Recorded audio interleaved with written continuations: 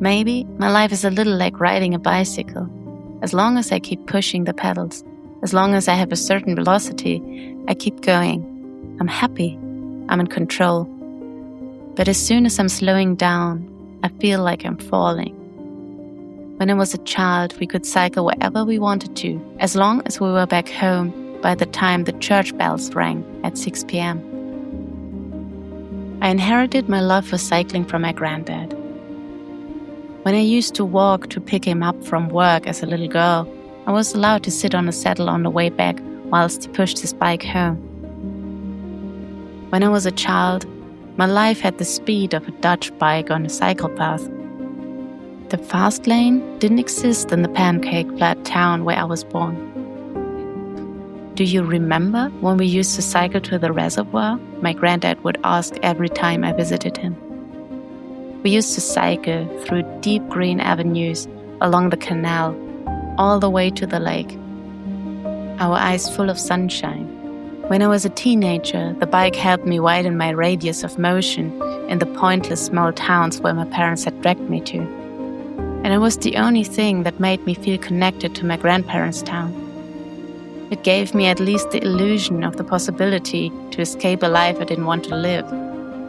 Because I never felt I belonged there, and I couldn't wait to finish school, to leave and never come back. It's like riding a bicycle, my grandpa used to say. He meant that once you've done something, you can always come back to it.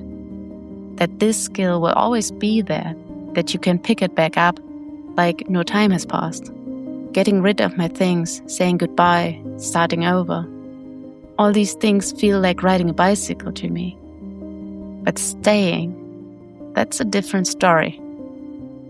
I guess because we moved so often and never learned how to grow roots. This makes it easier to take off, but a lot harder to stay. If you ever lived with somebody who wasn't good to you, you might know this feeling, like when home feels dangerous, or when you simply don't feel like you belong. Then being in motion, being somewhere that's not home feels easy. It feels like racing your bike downhill. And now I'm picking up speed again, pushing the pedals a little harder.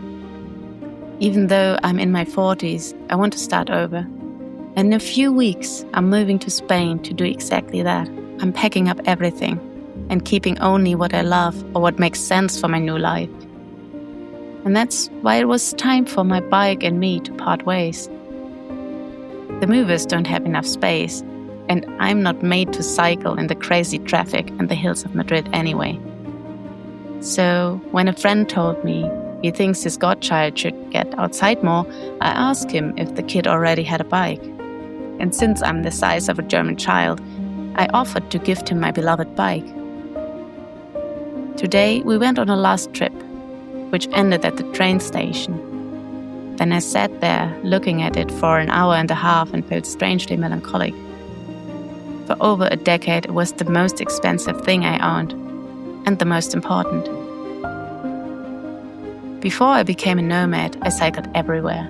To work, to interviews I did for the newspaper, to visit friends, even on vacation. I just loved riding my bike. That's why I felt it deserved a really nice new home. And it seems it found it. While I was still on the train back, my friend texted me how happy the kid was with a new bike. And just like that, I wasn't sad or melancholic. I was genuinely happy, because I knew my bike would probably be loved even more than I had loved it. And I never would have felt that way if I had sold it for a few euros. The Stoics call this amor fati, loving what is. They believe we shouldn't just accept what happens, but actively want it to be exactly as it is. I didn't lose anything by giving away the bike. It was the right ending for our story, and a new beginning at the same time. They say you shouldn't hang your heart on things, but I guess most of us still do. And I'm for sure not perfect. I really loved this material thing. And maybe it was less the thing itself, but what it symbolized. But today I don't need a bike to feel free. And maybe that's what starting over really is. It's not losing things, but letting them go where they really belong.